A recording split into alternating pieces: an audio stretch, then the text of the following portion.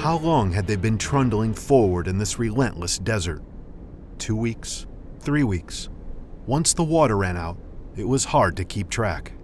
Alistair had said that an old medical journal had proposed one could survive, in part, by drinking one's own water waste, but it had been over a full day since any of them had the urge to release excess fluids. By luck or design, it seemed the Shorga horde had managed to bring an end to the travelers so as to remove the vengeful threat of their oaths.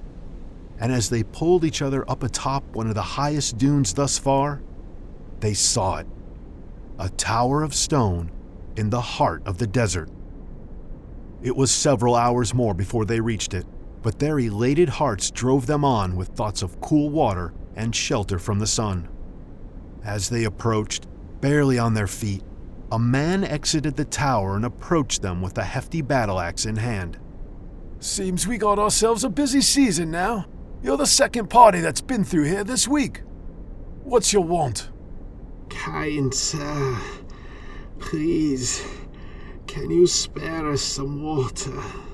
I can, for a price. Remembering what the merchant had said, the group did the best they could in their weary state to size up this man as well as their surroundings. Skithor noticed 3 fresh piles of bones mingled with cloth, without a drop of blood amongst them, and the material was of the same black texture as the horde members he remembered from his youth. It seemed those 3 they had so earnestly tracked were now no more.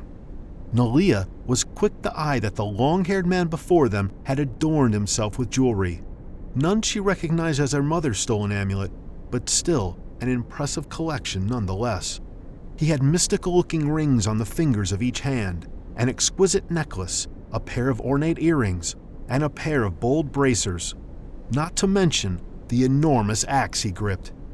Could this so-called immortal just be using items of magical enchantment? Alistair's attention was taken by a single bucket just ominously resting in the middle distance between them and the tower. The bucket was old and worn, and what was disturbing was that it was coated inside and out with dried blood. And Luthen read in the eyes of the hulking man standing his ground that he intended on malice if they were to try to oppose his will. How this works out is, I'm gonna need you to fill that bucket until it's overflowing with either valuables or blood to gain entry into the tower and the water within. Otherwise, you'll not pass, and you'll need to turn around and go back the way you came. Sir, if you please. That's a separate offer to each of you individually.